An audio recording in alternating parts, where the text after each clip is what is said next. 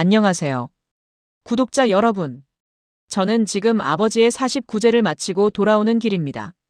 한 달 전 아버지의 장례식장에서 저는 믿을 수 없는 광경을 목격했습니다. 제가 평생 알던 아버지는 작은 회사에 다니며 검소하게 사신 평범한 가장이었습니다. 그런데 장례식장에는 200명이 넘는 낯선 사람들이 찾아왔습니다. 그들은 하나같이 눈물을 흘리며 말했습니다. 은인이십니다. 저희 가족의 은인. 저는 까맣게 몰랐습니다. 아버지가 30년 동안 무엇을 하셨는지, 그리고 장례식 한 달 후 배달된 아버지의 마지막 편지를 읽고 나서야 모든 것을 알게 되었습니다. 오늘은 그 이야기를 여러분께 들려드리려 합니다. 저는 박지혜, 올해 48입니다. 서울에서 중학교 국어교사로 일하고 있고 남편과 대학생 아들 하나를 두고 있습니다. 아버지 박종철은 올해 75의 나이로 갑작스러운 심근경색으로 돌아가셨습니다. 어머니는 10년 전에 먼저 가셨고 아버지는 혼자 계셨습니다. 평생 성실하게 사셨지만 특별히 부유하지는 않으셨던 아버지. 저희 3남매는 그저 평범한 중산층 가정에서 자랐다고 생각했습니다. 하지만 그건 저희가 아는 아버지의 반쪽 모습에 불과했습니다. 한 달 전으로 돌아가 보겠습니다. 누나, 조문객이 너무 많아. 명단 확인 좀 해봐. 동생 지훈이가 당황한 표정으로 제게 말했습니다. 장례식 첫날 조문객 명단을 보는 순간 저는 심장이 쿵 내려앉았습니다. 김영수, 이미선, 박준호, 최서연. 한 명도 아는 사람이 없었습니다. 아버지 회사 동료들은 겨우 10여 명. 친척들 20명. 그런데 나머지 170여 명은 대체 누구란 말입니까? 실례지만 고인과 어떤 관계시죠? 제가 조심스럽게 물었습니다. 30대 후반으로 보이는 남성이 눈물을 닦으며 대답했습니다. 저는 고인 덕분에 의사가 되었습니다. 아버님은 제 은인이십니다. 네? 의사요? 저희 아버지가요? 저는 어리둥절했습니다. 아버지는 의사도 아니고 의사 친구도 없으셨는데 무슨 말인지 알 수가 없었습니다. 이어서 40대 여성이 다가왔습니다. 선생님의 따님이신가요? 저는 서울 강북구에서 초등학교 교사로 일하고 있는 이미선이라고 합니다. 선생님께서 제 대학 등록금을 4년 동안 다 대주셨어요. 등록금을요? 죄송하지만 처음 뵙는 것 같은데요. 그러실 겁니다. 선생님은 평생 익명으로만 후원하셨으니까요. 바로 그때 50대 남성 한 분이 큰절을 하며 다가왔습니다. 고인께서는 저희 고아원의 큰 은인이셨습니다. 30년 동안 한 달도 빠짐없이. 고아원이요? 저는 온몸이 얼어붙었습니다. 옆에 있던 오빠 지훈이가 황급히 그분을 조용한 곳으로 모셨습니다. 밝게 빛나는 초등학교 교사 이미선 씨도 의사 김영수 씨도 그 외 수십 명의 사람들이 같은 이야기를 했습니다. 선생님 덕분에 제가 여기까지 왔습니다. 아버님의 후원으로 대학을 졸업했습니다. 선생님이 계셨기에 저희 가족이 살 수 있었습니다. 구독자 여러분, 그날 밤 저희 3남매는 한숨도 자지 못했습니다. 장례를 마치고 일주일 후 아버지 집을 정리하던 중이었습니다. 누나, 이거 봐. 막내 동생 지은이가 아버지 책상 서랍 깊은 곳에서 작은 열쇠를 발견했습니다. 열쇠에는 은행 이름이 적혀 있었습니다. 다음 날 저희는 그 은행을 찾아갔습니다. 금고를 열자 저는 믿을 수가 없었습니다. 낡은 수첩 여러 권, 두꺼운 서류 봉투, 그리고 통장 5개가 나왔습니다. 이게 뭐야? 오빠가 떨리는 손으로 통장을 펼쳤습니다. 첫 번째 통장 잔액은 2억 3천만 원. 두 번째는 1억 8천만 원. 세 번째부터 5번째까지 합치면 총 7억이 넘는 돈이었습니다. 아버지가 이렇게 많은 돈을 모으셨다고? 우리한테는 한 번도. 지은이가 울먹였습니다. 맞습니다. 아버지는 평생 저희에게 검소하게 사시라고 말씀하셨습니다. 저희 3남매는 모두 학자금 대출을 받아 대학을 다녔고 결혼할 때도 각자 알아서 했습니다. 왜 이렇게까지 사셨을까? 오빠가 주먹으로 책상을 쳤습니다. 저는 떨리는 손으로 낡은 수첩을 펼쳤습니다. 아버지의 꼼꼼한 필체로 가득 차 있었습니다. 1995년 3월 마이너스 희망고아원 월 30만 원. 1996년 5월 마이너스 김영수 대학 등록금 200만 원. 1998년 9월 마이너스 이미선 생활비 50만 원. 2003년 2월 마이너스 박준호 의대 진학 지원 300만 원. 30년치 후원 기록이 빼곡히 적혀 있었습니다. 수십 명의 이름, 수백 건의 후원 내역. 매달 빠짐없이 누군가를 돕고 계셨던 겁니다. 아버지가 왜 이러셨을까? 왜 우리한테는 아무 말씀도 안 하셨어?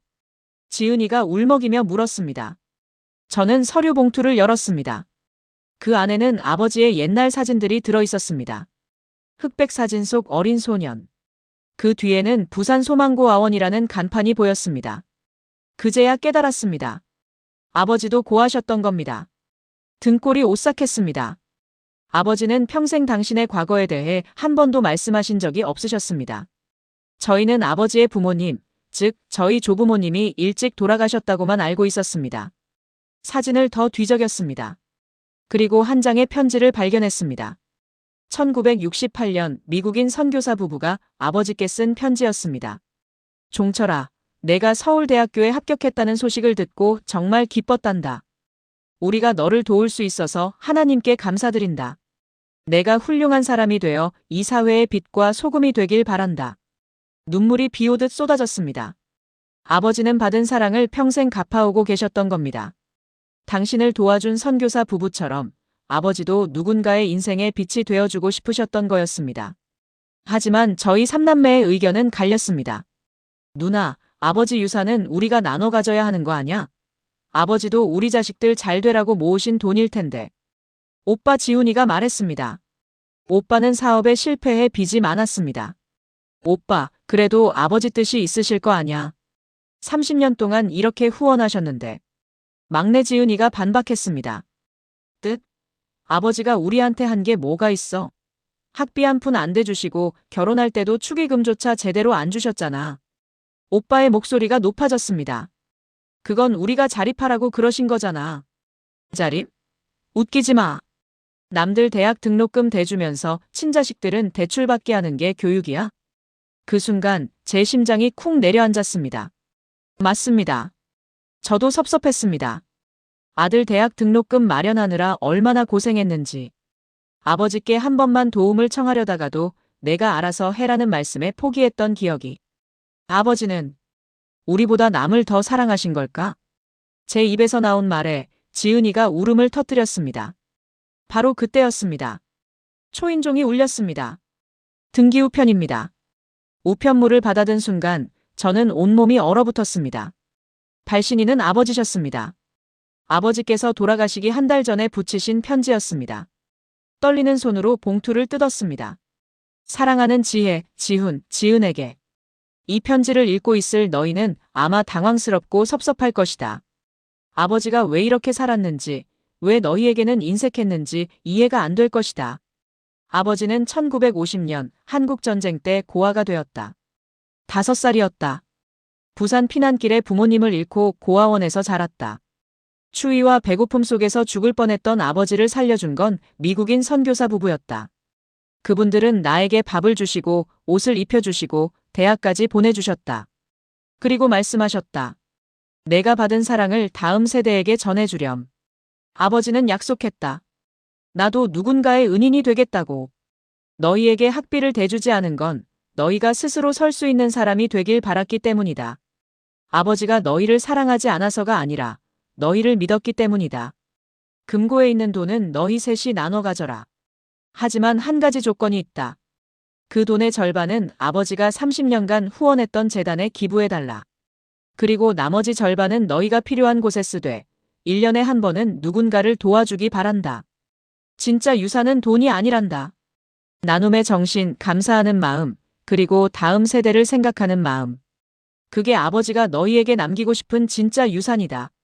지혜야, 너는 교사로서 이미 수많은 아이들에게 빛이 되어주고 있구나. 자랑스럽다. 지훈아, 사업 실패로 힘들어하는 거 아버지가 다 알고 있었다. 하지만 실패는 끝이 아니다. 다시 일어서렴. 너는 할 수 있는 아이다. 지은아, 막내라고 늘 서럽게 했지. 미안하다. 하지만 너는 우리 가족에서 가장 따뜻한 마음을 가진 아이다. 그 마음 잃지 말아라. 아버지는 너희를 끝까지 믿는다. 그리고 사랑한다. 아버지가. 편지를 읽는 내내 눈물이 멈추지 않았습니다. 오빠도 지은이도 소리내어 울었습니다. 구독자 여러분. 그로부터 한 달이 지났습니다. 저희 삼남매는 아버지의 유언대로 유산의 절반을 박종철 장학재단을 만들어 기부했습니다. 그리고 나머지 돈은 나눠 가졌지만 저희는 각자의 방식으로 아버지의 뜻을 이어가기로 했습니다. 오빠 지훈이는 빚을 갚고 작은 가게를 열었습니다. 그리고 매달 수익의 10%를 고아원에 후원하고 있습니다. 막내 지은이는 자원봉사 교사로 일하며 저소득층 아이들을 가르치고 있습니다. 저는 제 학교에서 박종철 장학금을 만들어 어려운 학생들을 돕고 있습니다. 아버지, 이제야 알았어요. 진짜 유산이 뭔지. 돈이 아니라 사랑이고 나눔이고 다음 세대를 생각하는 마음이었어요. 구독자 여러분, 우리가 받은 사랑은 갚는 게 아니라 전하는 겁니다. 부모님께 받은 사랑을 우리 자녀에게, 그리고 우리 주변의 누군가에게 나눠주는 것. 그게 진정한 유산이 아닐까요? 오늘의 이야기가 의미 있으셨다면 좋아요와 구독 부탁드립니다. 여러분의 응원이 더 좋은 이야기를 전하는 큰 힘이 됩니다. 감사합니다.